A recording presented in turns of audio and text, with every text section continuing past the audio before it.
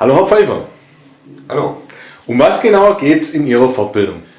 Ja, in die Fortbildung geht es ja um das Thema sexueller Missbrauch. Das heißt, ein bisschen sollen die Teilnehmer eine Idee kriegen, wie können wir vorgehen, wenn wir so einen Missbrauchsverdacht haben. Mir geht es vor allen Dingen darum, dass man die Hauptfehler vermeidet, also dass man das, was vielleicht nachher Schwierigkeiten machen könnte, wenn man es falsch gemacht hat, dass man genau das mal nicht tut. Also das bei den Teilnehmern hängen bleibt, das ist mir eigentlich das Allerwichtigste. Was können die Teilnehmer hauptsächlich für ihre Jugendarbeit mitnehmen aus ihrer Fortbildung?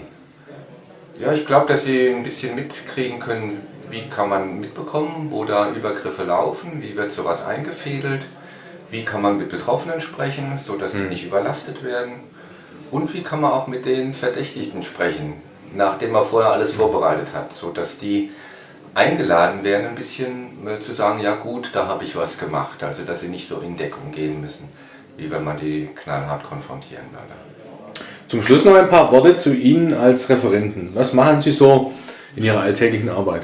Ja, in der alltäglichen Arbeit mache ich jetzt seit 16, 17 Jahren die Arbeit mit Missbrauchern, mit missbrauchten Kindern, mit den Eltern und all denen, die dazugehören. Das heißt, wenn man mit dem Jugendamt zu tun hat, wenn man mit der Polizei zu tun hat, da müssen wir halt gucken, wie wir miteinander fachlich sauber zusammenarbeiten. Ja, dann eben mit Kindern und Jugendlichen, das macht mir eigentlich am meisten Spaß und wenn es dann klappt, dass man da wieder rauskommt aus dem Mist, das finde ich eigentlich das, was mich hier am Leben und am Munterbleiben hält. Vielen Dank. Bitte.